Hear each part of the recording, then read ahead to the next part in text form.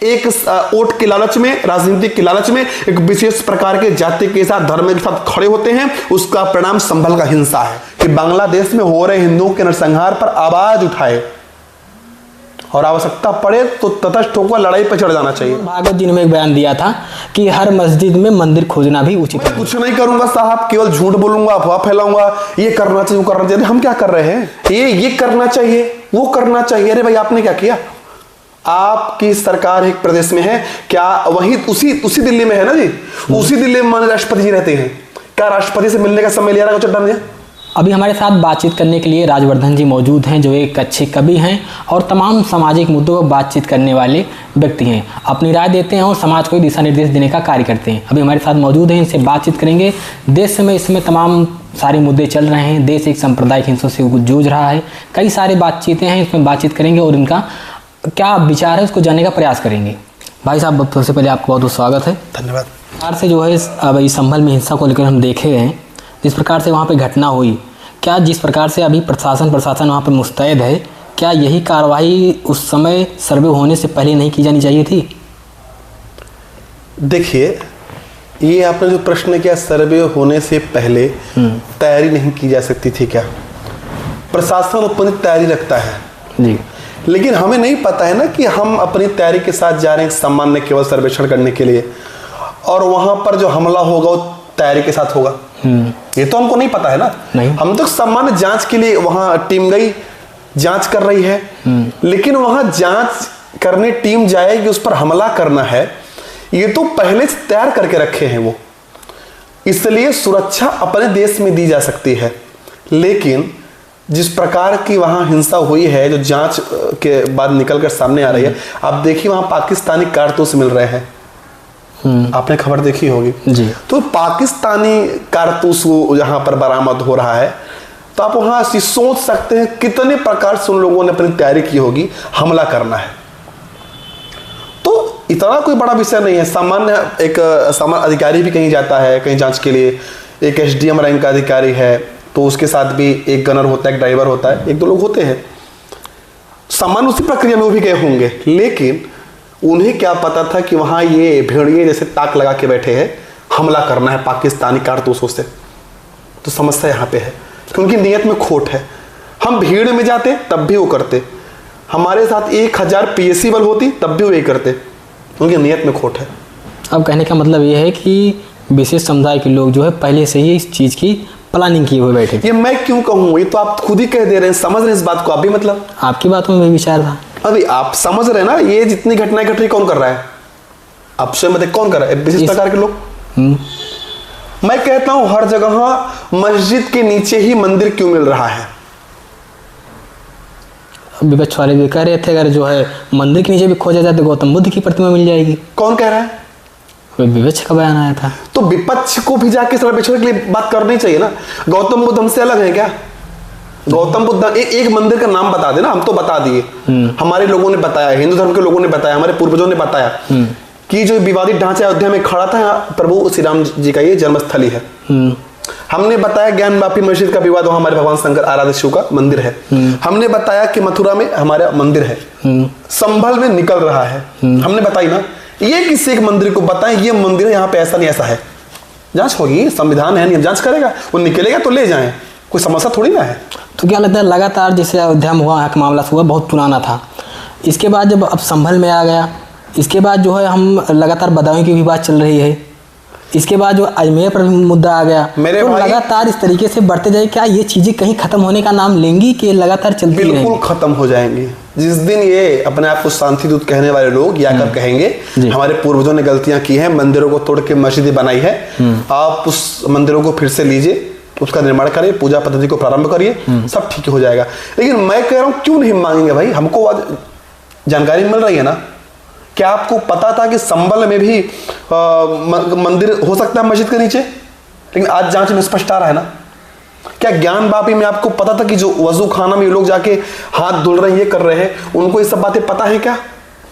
लेकिन जांच हुई, वहां पे शिवलिंग निकली, आज उसको बताते हैं तो फुहारा है। तो जांच में निकल के आ रहा है, तो जहां जहां जांच होगी, जहां जहां निकल कर आएगा, उसको तो हम लेंगे, उसको ना लेने का काम करेंगे कि नहीं करेंगे? आपको जानकारी मिल जाए कि आपके पिताजी के नाम पे जमीन यहाँ पर है,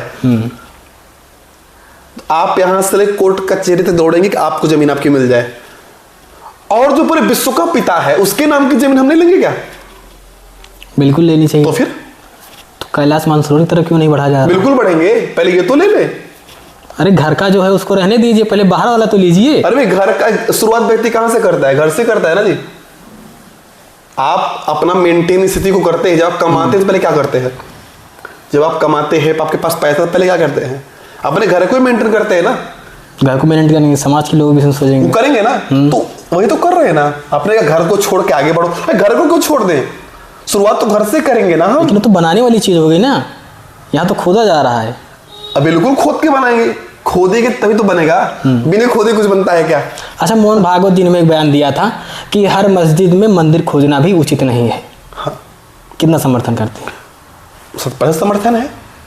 अगर उन्होंने कुछ कहा है, परम पूजनीय सरसंघ चालक है, अगर उन्होंने कुछ कहा है ऐसा कुछ, तो बहुत सोच समझ के कहा होगा। लेकिन वही बात तो मैं भी कर रहा हूँ, हर मस्जिद में कहाँ खोदी जा रही है? आप पे गांव में जो मस्जिद होगी, गांव में आसपास गांव में, वहां आप ढूंढ रहे हैं क्या? मेरे गांव में ढूंढ रहा हूँ क्या? कहाँ ढूंढ रहा हूँ? हजारों मस्जिद में ढूंढ रहे हैं ना। संभल वाले में ढूंढ रहा हूँ, काशी वाले में ढूंढ रहा हूँ, बदायूं वाले में ढूंढेंगे, ताजमहल ढूंढेंगे, हर मस्जिद में ढूंढेंगे। ढूंढेंगे, हाँ, हर मस्जिद में नहीं ढूंढेंगे। कैलाश मानसरोवर को लेकर क्या विचार है? भारत का अभिन्न होना चाहिए। क्या करना चाहिए उस पर? उसके लिए प्रयास सरकार करेगी, कर रही होगी।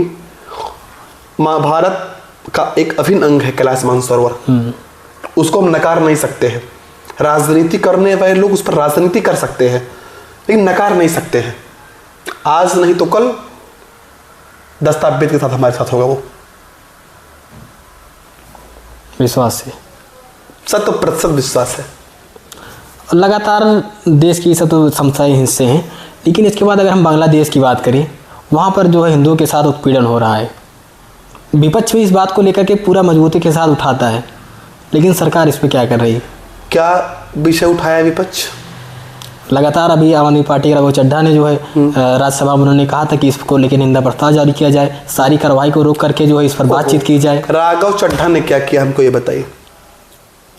उनकी पार्टी आम आदमी पार्टी के मुख्यमंत्री जी ने क्या क्या वो ये बताइए? वो तो उनके पार्टी के संरक्षक ने क्या कहा ये बताइए? ये करना चाहिए, वो करना चाहिए। अरे भाई आपने क्या किया? आपकी सरकार एक प्रदेश में है क्या? वही उसी दिल्ली में है ना जी, उसी दिल्ली में माननीय राष्ट्रपति जी रहते हैं। क्या राष्ट्रपति से मिलने का समय लिया राघव चड्ढा ने? मिलने का समय लिया? राज्यसभा की कार्रवाई में उन्होंने कहा नहीं, राज्यसभा की कार्रवाई में आपके जिले का विषय उठता है, विकास का। राज्यसभा कार्रवाई में अडानी भी उठ के आ रहे हैं, सारे मुद्दे आ रहे हैं, तो आएंगे ना। लेकिन मैं कह रहा हूं बांग्लादेश जैसे इस मुद्दे पर क्या लोग बात कर रहे हैं? क्या राष्ट्रपति से मिलने का? क्या आज उंगली उठा रहे हैं? बिल्कुल, मैं भी इस बात को कहता हूं, सरकार को एक्शन लेना चाहिए।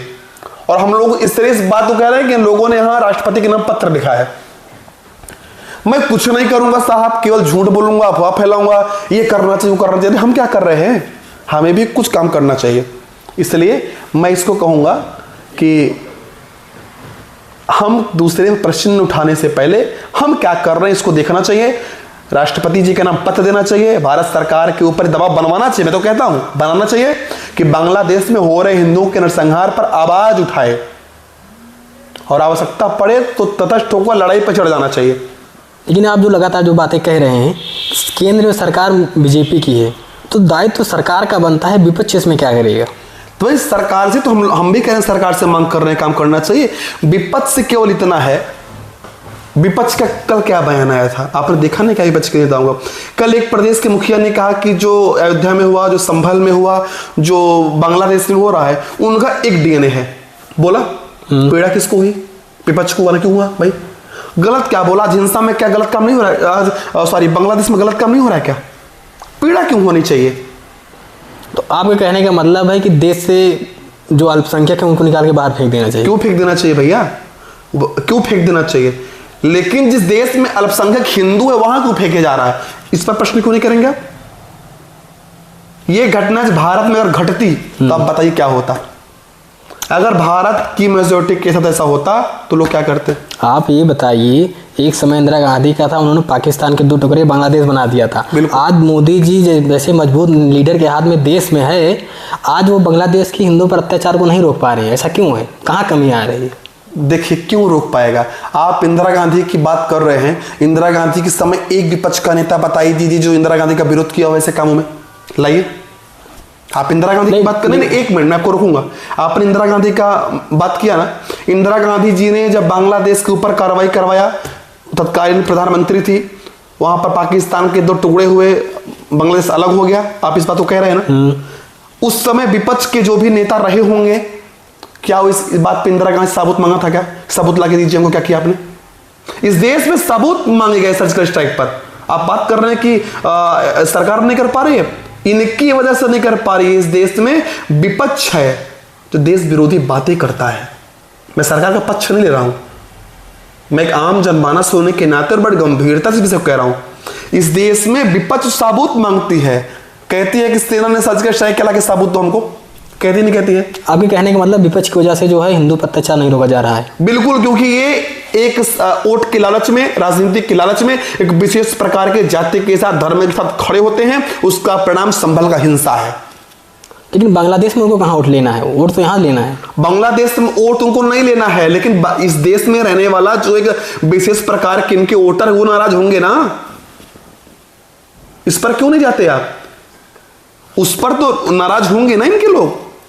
मैं कह रहा हूं आज क्यों नहीं विपक्ष हर मुद्दा, अडानी के लिए वहां ताली पीट पीट कर सब निकल रहे हैं, अडानी हाय हाय, धमाके हाय हाय। अरे भाई, मैं कह रहा हूं वो सभी एकत्रित होकर बांग्लादेश के नाम पर सरकार को घेरे में उनके साथ खड़ा हूं। बांग्लादेश के नाम पर सरकार को क्यों नहीं घेरती है? वहीं राष्ट्रपति जी रहती हैं, वहीं प्रधानमंत्री जी का आवास है, क्यों नहीं सारे विपक्ष जाकर इस हिंसा को लेते वहां बैठ जाते हैं? बंगाल में इतनी हिंसा हुई तब इनके मुंह से चू नहीं निकला, अब बांग्लादेश से बोलेंगे ये? बांग्लादेश विपक्ष ने नहीं आवाज नहीं उठाया क्या? वो फोन में फिर कह रहा हूं, राजनीति करना अलग बात है, राजनीति करना अलग बात है, वास्तविक पीड़ा के आधार पर बोलना अलग बात है। राजनीति हम भी कर सकते हैं। एक आजकल मीम से बहुत चलते हैं, आपने देखा होगा सोशल मीडिया पर, एक व्यक्ति गड्ढे में गिर रहा है, एक व्यक्ति लेट के उसको बचा रहा है हाथ से, और उसके बगल रस्सी और लाठी दोनों रखा हुआ है, तो ऊपर लिखा होता है दिखावे की दुनिया। तो दिखावटी दुनिया है। अगर इनको वास्तविक हिंदुओं पर हो रहे अत्याचार पर कष्ट है ना, तो इनको बंगाल के मुद्दे पर बोलना चाहिए, इनको ममता सरकार को घेरना चाहिए, बंगाल पर भी घेरना चाहिए, बांग्लादेश पर भी घेरना चाहिए, कश्मीर के मुद्दों पर घेरना चाहिए। कब घेरते? संभल पे आज राजनीति कर रहे हैं ये लोग। अब बात कर रहे हैं कि विपक्ष बोल नहीं रहा है। अरे मैं कह रहा हूं संभल पर क्यों? क्या इनको भारतीय संविधान पर भरोसा नहीं है क्या? न्यायालय पर भरोसा नहीं है क्या? अधिकारी पर भरोसा नहीं है क्या? उठपटांग के बयान देते हो, फिर आप कह रहे हैं कि विपक्ष बोल नहीं रहे। अरे बोल तो रहे ना, जहां उगल रहे हैं। बोल कहा रहे, जहां उगल रहे हैं साहब। अब सरकार को क्या करना है उसको विपक्ष बताएगा।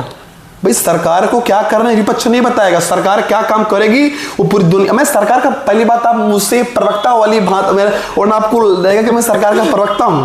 मैं सरकार का प्रवक्ता नहीं हूं, मैं अपना पक्ष रखूंगा ये काम, लेकिन सरकार निरंकुश न हो जाए, इसको ठीक करने का विपक्ष का है।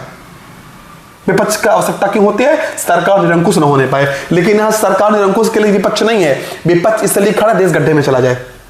विपक्ष अपनी भूमिका मतलब निभा नहीं पा रहा है। बिल्कुल सही बात, निभा पाता तो आज विपक्ष मजबूत किस टीम होता, मजबूत नहीं विपक्ष। आपका क्या करना, आपको क्या मतलब विचार है कि जो है विपक्ष को सरकार का सहयोग इस स्तर पे करना चाहिए? देखिए दो बातें हैं, आपने कहा सहयोग, जहां देश, धर्म, संस्कृति, सभ्यता, मानवता, सौहार्द की बात आए, वहां पर पक्ष विपक्ष नहीं देखना चाहिए।